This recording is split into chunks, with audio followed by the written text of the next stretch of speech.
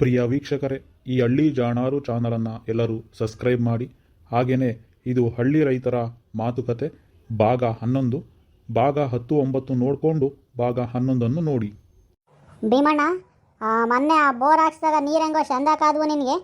ವಶ ಪೈಪು ಎಲ್ಲ ಮೋಟ್ರು ಎಲ್ಲ ಬಿಟ್ಟೇನಪ್ಪ ಬೋರ್ನಾಕಿ? ಹ್ಞೂ ಕಣ್ಚಂದ್ರಣ್ಣ, ಆ ನೀರ್ನಾಕಿ ಎಲ್ಲ ಬಿಟ್ಟಿವ್ನಿ. 22 ಲೈನ್ ಪೈಪ್ ಬಿಟ್ಟಿದ್ದೀನಿ, ಒಂದು 15-12 ಮೋಟ್ರು ಬಿಟ್ಟಿದ್ದೀನಿ. ಆ ಬಿಟ್ಟಿಕೋ ಸ್ಟಾರ್ಟ್ರೂ ತಗೊಬಂದಿದ್ದೀನಿ, ಎಲ್ಲ ಫಿಟ್ ಮಾಡಿದ್ದೀವಪ್ಪು. ನೆನ್ನೆನೇ ಹೊಸಿ ಎಲ್ಲ ಅವಾಗೇನೆ ಆಟೋ ಸ್ವಿಚ್ ಹಾಕಿ ಬಂದೀವ್ನಿ. ಇಷ್ಟೊತ್ತಿಗೆ ಕರೆಂಟು ಎತ್ಕೊಂಡಿರ್ತೈತಿ. ಹೊಸಿ ಅದಕ್ಕೇನೆ ನಾನು ಹೊಲ್ದಕ್ಕೆ ಹೋಗೋಣ, ನೋಡ್ಕೊಂಬರೋಣ ಹೆಂಗೆ ಬೀಳ್ತಾವೆ ನೀರು ಅಂತ ಹೊಲ್ಟಿದ್ದು ನೋಡಪ್ಪ ಚಂದ್ರಪ್ಪ. ಇವಾಗ ಹೆಂಗೋ ಬಿಡು ಭೀಮಣ್ಣ, ಹೊಸಿ ನೀರೇನೋ ನಿನಗೆ ಚಂದಕ್ಕಾಗ್ಯವೆ. ಹೊಸಿ ಆ ಕಡಲೆ ಗಿಡಗಳಂತೂ ಬಾಡಿ ಬಿಟ್ಟಿದ್ವು ಕಣ್ ಭೀಮಣ್ಣ ನಿಮ್ಮವು. ಹೊಸಿ ಹೆಂಗೋ ಇವಾಗ ಕರೆಂಟ್ ಎತ್ತಿದ್ದೀನಿ ಅಂತೀಯ, ಆ ನೀರು ಹೋಗ್ತಾ ಇದ್ದಾವೇನೋ ಕಡಲೆ ಗಿಡಕ್ಕೆ.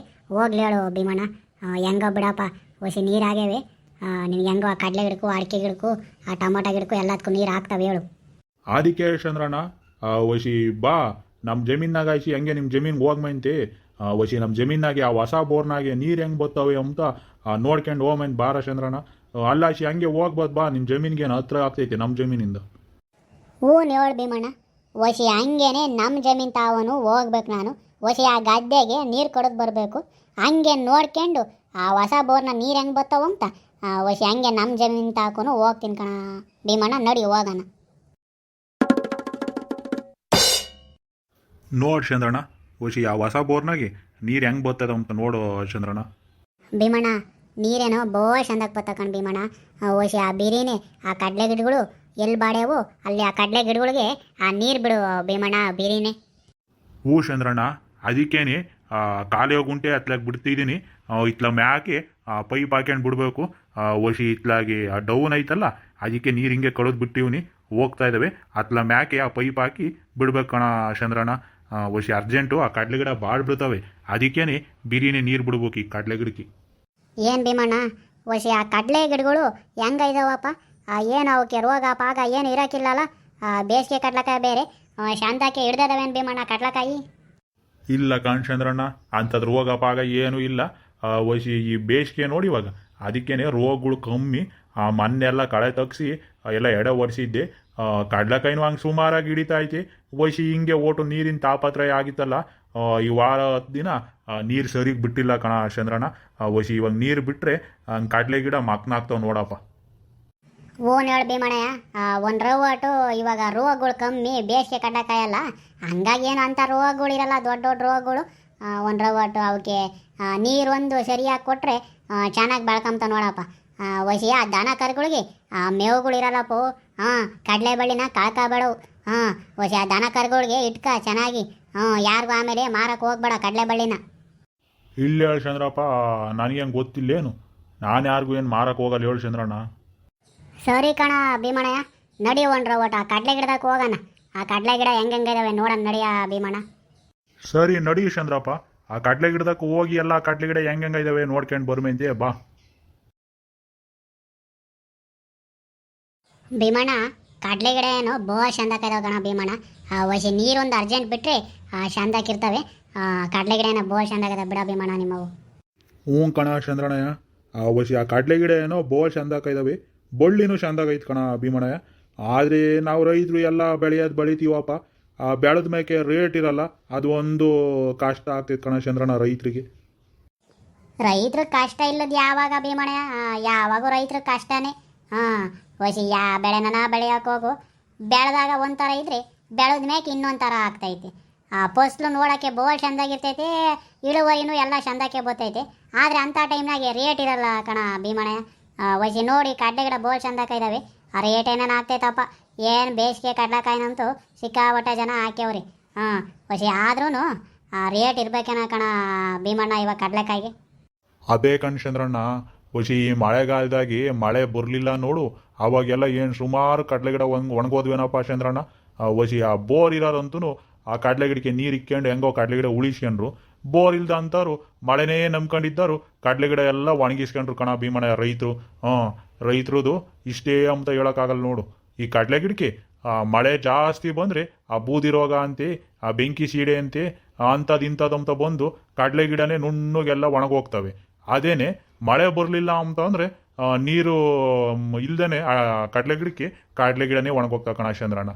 ರೈತರಿಗೆ ಮಳೆ ಬಂದರೂ ಜಾಸ್ತಿ ಬಂದ್ರೂ ಅದೂ ಆಪತ್ತೆ, ಮಳೆ ಬರಲಿಲ್ಲ ಅಂದ್ರೂ ಅದು ಆಪತ್ತೆ ಕಣ ಚಂದ್ರಣ್ಣ. ಅದೇ ಕಣ ಭೀಮಣ್ಣಯ್ಯ, ಓಶಿ ಈ ಮಳೆಗಾಲದಾಗೆ ಸರಿಗೆ ಮಳೆನೇ ಬರಲಿಲ್ಲ ಕಣ ಭೀಮಣ್ಣಯ್ಯ. ಅದಕ್ಕೇನೆ ಆ ಕಡಲೆ ಗಿಡನೆಲ್ಲ ರೈತರು ಒಣಗಿಸ್ಕೊಂಡ್ರು ಕಣ ಅಣ್ಣ.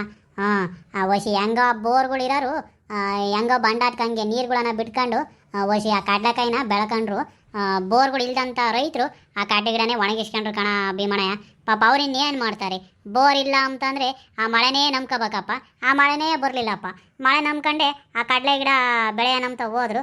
ಅದೇನು ಮಾಡ್ತೀಯ, ಮಳೆ ಬರೋದಿಲ್ಲದ್ದು. ಹೊಸಿ ರೈತರದು ಬೋಲ್ ಕಷ್ಟ ಕಣ ಅಣ್ಣ ಭೀಮಣ್ಣಯ್ಯ.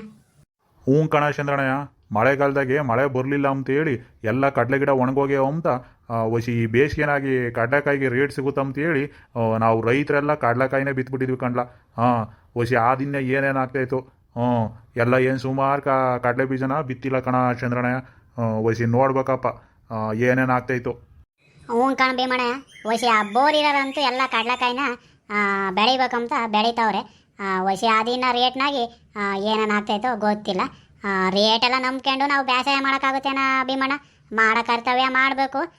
ಅದು ಕೈಗೆ ಸಿಗುತ್ತೋ ಇಲ್ವೋ ಯಾರಿಗೆ ಗೊತ್ತು. ಕೈಗೆ ಸಿಕ್ಕಿದ್ರೆ ಅದೃಷ್ಟವಂತರು, ಕೈಗೆ ಸಿಗಲಿಲ್ಲ ಅಂದರೆ ಆ ಬೆಳೆನ ಏನು ಮಾಡೋಕ್ಕಾಗ್ತೈತೆ ಹೇಳು. ಒಸಿ ಬೆಳೆಯೋದು ಏನಾಯ್ತೋ ರೈತರ ಕರ್ತವ್ಯ ಬೆಳೆದಿರ್ಬೇಕು ನೋಡಪ್ಪ. ಅಲ್ಲ ಕಣ ಚಂದ್ರಣ್ಣಯ್ಯ, ಒಸಿ ಇದು ನೋಡಿ ಹೆಂಗೈತಿ. ಆ ಸಿಟಿಯಾಗಿರೋರ್ನ ಕೇಳಿದರೆ 1 kg ಕಡಲೆ ಬೀಜಕ್ಕೆ 200 ರೂಪಾಯಿ ಕೊಟ್ಟು ತಗೊಂಡೆ, 250 ರೂಪಾಯಿ ಕೊಟ್ಟು ತಗೊಂಡೆ ಅಂತಾರೆ. ಅದೇ ಇಲ್ಲಿ ರೈತರದಾಗೆ ಕಡ್ಲೆಕಾಯಿ ತಗೊಂಬಕ್ಕೆ ಬರೋರು ಕಡ್ಲೆಕಾಯಿಗೆ ರೇಟೇ ಇಲ್ಲ ಕಣ್ರಪ್ಪ ಅಂತ ಹೇಳ್ಬಿಟ್ಟು ನಮ್ಮ ತಗ ಕಮ್ಮಿ ತಗೊಂಡೋಗ್ಬಿಡ್ತಾರೆ ಕಣ್ಲ ಚಂದ್ರಣ್ಣ. ಒಸಿ ಆ ಸಿಟಿಯಾಗಿರೋರಿಗೆ ಆ ಕಡಲೆ ಬೀಜ ತಗೊಂಬಕ್ಕೆ ದುಬಾರಿ ಆಗಂಗೆ ಅಲ್ಲಿ ಮಾರ್ಕೊಂತಾರೆ ಕಣ. ಇಲ್ಲಿ ನೋಡಿ ಹೆಂಗೈತಿ, ಇಲ್ಲಿ ಬೆಳೆಯೋರ್ಗೂ ಇಲ್ಲ, ಅಲ್ಲಿ ತಿಂಬೋರ್ಗೂ ಇಲ್ಲ ಕಣ್ಲ ಚಂದ್ರಣ್ಣ. ಇಲ್ಲಿ ಹಂಗೆ ಮಾಡ್ಯಾಕ್ಯವ್ರೆ ಈ ಜನಗಳೆಲ್ಲ ಇಲ್ಲಿ ಮಧ್ಯದಾಗ ಸೇರ್ಕೊಂಡು. ಒಸಿ ಇಲ್ಲಿ ರೈತರಿಗೆ ಬೆಳೆಯೋರ್ಗೂ ಏನೂ ಸಿಗಲ್ಲ, ಅಲ್ಲಿ ಹೋಗ್ಲಿ ತಗೊಂಡು ತಿಂಬರ್ಗನ ಏನಾನ ಸಿಗುತ್ತಂದ್ರೆ ಅವ್ರಿಗೂ ಏನೂ ಸಿಗಲ್ಲ ಕಣ ಚಂದ್ರಣ್ಣ. ಹ್ಞೂ ಹೇಳು ಭೀಮಣ್ಣ, ಒಸಿ ಇಲ್ಲಿ ಬೆಳೆದಿರೋ ರೈತರಿಗೂ ಏನೂ ಸಿಕ್ಕಾಕಿಲ್ಲ, ಅಲ್ಲಿ ಸಿಟಿನಾಗೆ ಆ ಪಾಟಿ ದುಬಾರಿ ಹಣ ಕೊಟ್ಟು ತಗೊಂಡು ತಿಂಬರ್ಗೂ ಏನೂ ಸಿಕ್ಕಾಕಿಲ್ಲ ಕಣ ಭೀಮಣ್ಣ. ಯಾಕೆ ಅಂತಂದರೆ ಇಲ್ಲಿ ರೈತರ ತಾಕ ಬಂದು ಮಧ್ಯವರ್ತಿಗಳು ಆ ರೇಟ್ ಇಲ್ಲ ಅಂತ ಹೇಳಿ ಆ ಕಡಲೆಕಾಯಿನ ಕಮ್ಮಿಗೆ ತಗೊಂಡು ಹೋಗ್ತಾರೆ. ಆದರೆ ಆ ಸಿಟಿನಾಗೆ ತಗೊಂಡು ತಿಂಬರ್ನ ಕೇಳಿದ್ರೆ 250 ರೂಪಾಯಿ 300 ರೂಪಾಯಿ ಹೇಳ್ತಾರೆ. ಒಸಿ ಅವ್ರಿಗೂ ಏನು ಸಿಕ್ಕಂಗಿಲ್ಲ, ಇಲ್ಲಿ ನಮಗೂ ಏನು ಸಿಕ್ಕಂಗಿಲ್ಲ. ಈ ಮಧ್ಯವರ್ತಿಗಳು ಇರ್ತಾರಲ್ಲ, ನಮ್ಮ ತಗೊಂಡು ಅವ್ರು ತಗೋಗಿ ದುಬಾರಿಗೆ ಮಾರ್ತಾರಲ್ಲ, ಅವ್ರಿಗೆ ಏನನ್ನ ಒಂದಿಟ್ಟು ಲಾಭ ಸಿಗುತ್ತೆ ಕಣ ಭೀಮಣ್ಣ. ಒಸಿ ಇಲ್ಲಿ ಬೆಳೆಯನ್ಗೂ ಏನು ಲಾಭ ಸಿಕ್ಕಕ್ಕಿಲ್ಲ, ಅಲ್ಲಿ ತಗೊಂಡು ತಿಂಬನ್ಗೂ ಏನು ಲಾಭ ಸಿಕ್ಕಕ್ಕಿಲ್ಲ ಕಣ ಭೀಮಣ್ಣ. ಇವತ್ತಿನ ಕಾಲ ಹಂಗಾಗ್ಬಿಟ್ಟೈತಿ. ಒಸಿ ಮಧ್ಯವರ್ತಿಗಳಿಗೆ ನೋಡಪ್ಪ ಏನಾರ ಲಾಭ ಅಂತ ಸಿಕ್ಕಿರೆ ಸಿಗೋದು. ನಮ್ಮಂಥ ರೈತರಿಗೂ ಇಲ್ಲ, ಅಲ್ಲಿ ತಗೊಂಡು ತಿಂಬೋರ್ಗೂ ಸಿಕ್ಕಕ್ಕಿಲ್ಲ ಕಣ ಲಾಭ. ಹ್ಞೂ ಹೇಳಿ ಚಂದ್ರಣ್ಣ, ಒಸಿ ನಾವು ಬೆಳೆದಿರೋ ಕಡಲೆಕಾಯಿಗೆ ಅಂತಂದರೆ ಈ ಮಧ್ಯವರ್ತಿಗಳು ಬಂದ್ಬಿಟ್ಟು ನಮಗೆ ರೇಟೇ ಇಲ್ಲ ಅಂತ ಹೇಳ್ತಾರೆ ಕಡಲೆಕಾಯಿಗೆ. ಒಸಿ ಅಲ್ಲೇ ಸಿಟಿಯಾಗಿ ಹೋಗಿ ಕೇಳಿದರೆ ಕಡಲೆ ಬೀಜಕ್ಕೆ 200-250 ರೂಪಾಯಿ KG ಹೇಳ್ತಾರೆ ಕಣ ಚಂದ್ರಣ್ಣ. ಇದು ನೋಡಿ ಹೆಂಗೈತಿ. ಒಸಿ ಇಲ್ಲಿ ರೈತರಿಗೂ ಇಲ್ಲ, ಅಲ್ಲಿ ಸಿಟಿಯಾಗಿ ತಗೊಂಡು ತಿಂಬೋರ್ಗೂ ಇಲ್ಲ. ಇಲ್ಲಿ ಬಂದಿರೋ ಲಾಭ ಯಾರಿಗಂದ್ರೆ ಮಧ್ಯವರ್ತಿಗಳಿಗೆ ಕಣ ಚಂದ್ರಣ್ಣ. ಒಸಿ ಇದನ್ನ ಯಾವಾಗ ಬದಲಾಗುತ್ತೆ ಏನೋ ನೋಡ್ಬೇಕಪ್ಪ. ಒಸಿ ಹಿಂಗೆ ಆದರೆ ರೈತರ ಜೀವನ ತುಂಬ ಕಷ್ಟಕ್ಕೆ ಬರ್ತೈತೆ ಕಣ್ಲ ಚಂದ್ರಣ್ಣ. ಹ್ಞೂ ಕಣ ಭೀಮಣ್ಣಯ್ಯ, ಒಸಿ ಇವತ್ತಿನ ಕಾಲ ಹಂಗೈತೆ ಕಣ ಅಣ್ಣ. ಇವತ್ತಿನ ಕಾಲಕ್ಕೆ ನಾವೇ ಅಡ್ಜಸ್ಟ್ ಆಗಿ ಹೋಗ್ಬೇಕು. ಒಸಿ ಅದೆಲ್ಲ ಯಾವಾಗ ಬದಲಾಗ್ತೈತು ಬದಲಾಗಲಿ. ಇವತ್ತಿನ ದಿನ ಹಂಗೈತೆ ನೋಡ ಭೀಮಣ್ಣಯ್ಯ. ಪ್ರಿಯ ವೀಕ್ಷಕರೇ, ಈ ಹಳ್ಳಿ ಜಾಣಾರು ಚಾನಲನ್ನು ಸಬ್ಸ್ಕ್ರೈಬ್ ಮಾಡಿ. ಹಾಗೆ ಇದು ಹಳ್ಳಿ ರೈತರ ಮಾತುಕತೆ ಭಾಗ 11. ಇದರ ಮುಂದುವರಿದ ಭಾಗ 12ರಲ್ಲಿ ಇರುತ್ತದೆ ನೋಡಿ.